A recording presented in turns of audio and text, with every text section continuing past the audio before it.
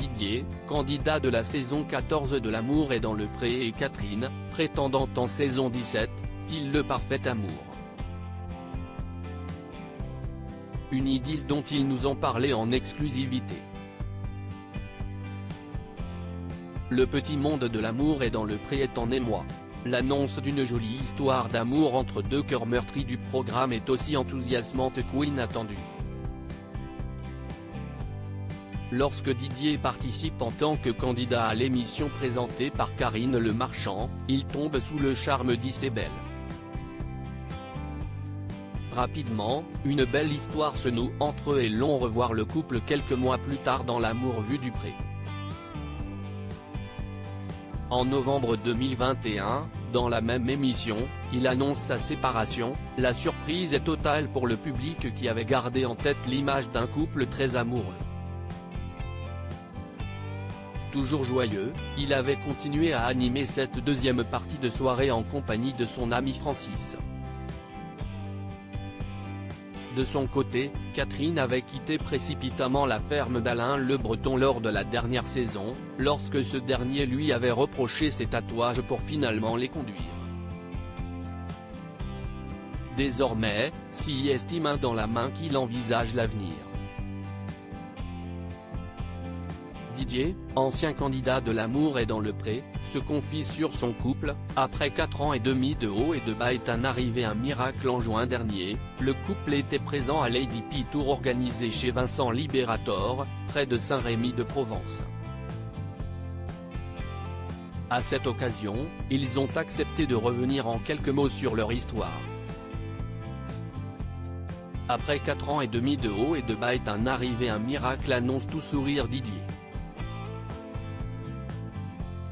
Puis c'est Catherine qui prend la suite, poussée par Didier, elle raconte mieux. La Marseillaise relate alors que Didier et Francis avaient suivi ses mésaventures avec Alain Le Breton lors de la précédente saison. Il n'a pas eu le coup de foudre, précise-t-elle malicieuse. Pourtant, l'ami de l'Aveyronais tend un petit piège à son comparse lui expliquant que Catherine lui avait demandé son numéro de téléphone. C'était faux. S'amuse-t-elle aujourd'hui? Didier l'a finalement appelé. Depuis, on se parle tout le temps et nous sommes ensemble depuis 8 mois. Si leur histoire d'amour a débuté cet hiver, les tourtereaux échangeaient déjà avant, via Messenger. Mais Didier n'avait pas fait le lien entre la prétendante d'Alain et la femme avec qui il parlait. Un heureux dénouement pour Catherine. Lors de son passage dans l'émission, je l'avais repéré, mais je n'étais pas dans sa tranche d'âge souhaitée, je suis un petit peu plus âgé que lui. Et je ne voulais pas passer à la télévision, alors je n'ai pas écrit.